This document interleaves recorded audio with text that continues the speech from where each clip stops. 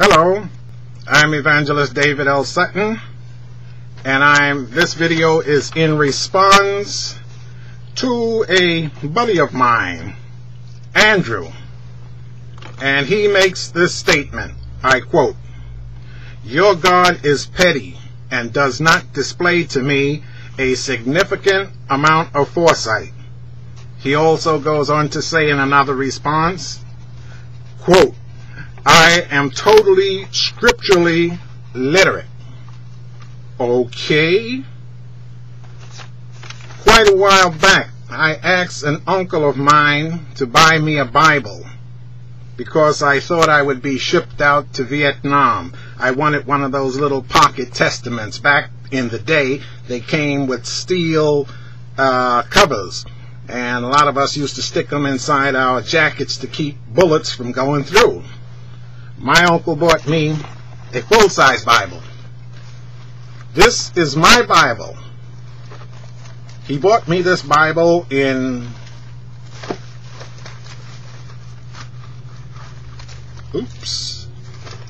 1964. I still use it. It's my favorite Bible.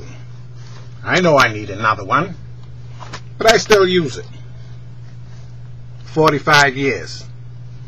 I'm still not fully scripturally literate. But since you said you are, Andrew, I'm wondering why you missed these verses if you were scripturally literate and think that God does not show you anything, or your God is petty and does not display to me a significant amount of foresight. Let me run you through these scriptures. I know you don't like scriptures, but as I keep telling you, these are my tools. Job 38th chapter. God is speaking to Job, who was a little, upset with God. He began to pitch a hissy fit. And this is what God said to Job. "Then the Lord answered Job out of the storm. He said, Who is this that darkens my counsel with words without knowledge? Brace yourself like a man. I will question you, and you shall answer me. Where were you when I laid the earth's foundations? Tell me if you understand. Who marked off its dimensions? Surely you know. Who stretched a measuring line across it? On what were its footings set? Or who laid its cornerstone? While the morning stars sang together and all the angels shouted for joy. Who shut up the sea behind doors when it burst forth from the womb? When I made the clouds its garment and wrapped it in thick darkness. When I fixed limits for it and set its doors and bars in place. When I said, this far you may come and no farther. Here is where your proud waves halt. Have you ever given orders to the morning, Andrew? Or shown the dawn its place? Have you journeyed to the springs of the sea? Or walked in the recesses of the deep? Have the gates of death been shown to you, Andrew? Have you seen the gates of the shadow of death? Have you comprehended the vast expanses of the earth?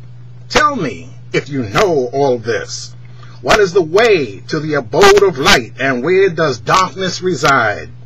Can you take them to their places, Andrew? Do you know the paths to their dwellings? Surely you know, for you were already born. You have lived so many years. What is the way to the place where the lightning is dispersed, or the place where the east winds are scattered over the earth? I'm not going to read it all. Can you bind the beautiful Pleiades? Can you loose the cords of Orion? Can you bring forth the constellations in their seasons, or lead out the bear with its cubs? Do you know the laws of the heavens? Can you set up God's dominion over the earth? Can you raise your voice to the clouds and cover yourself with a flood of water? Do you send the lightning bolts on their way, Andrew? Do they report to you, here we are? Who endowed the heart with wisdom, or gave understanding to the mind? Who has the wisdom to count the clouds? Who can tip over the water jars of heaven? Can you do those things, Andrew? Can you pull in the Leviathan with a fish hook, or tie down his tongue with a rope? Can you put a cord through his nose, or pierce his jaws with a hook? Will he keep begging you for mercy? Will he speak to you with gentle words, Andrew? Will he make an agreement with you for you to take him as your slave for life? Can you make a pet of him like a bird, or put him on a leash for your girls, Andrew? Will traders barter for him? Will they divide him up among the merchants? Can you fill his hide with harpoons, or his head with fishing spears? If you lay a hand on him, you will remember the struggle and never do it again. Any hope of subduing him is false. The mere sight of him is overpowering. No one is fierce enough to rouse him. Who then is able to stand against me? Who has claim against me that I must pay? Everything under the heavens belongs to me. This is God Almighty speaking to Job. Then Job answered as Andrew should answer. Job answered in the 40th chapter, 4th verse, I am unworthy. How can I reply to you? I put my hand over my mouth. In other words, oops. Andrew, philosophy, vain philosophy, mathematical equations, vain human thought.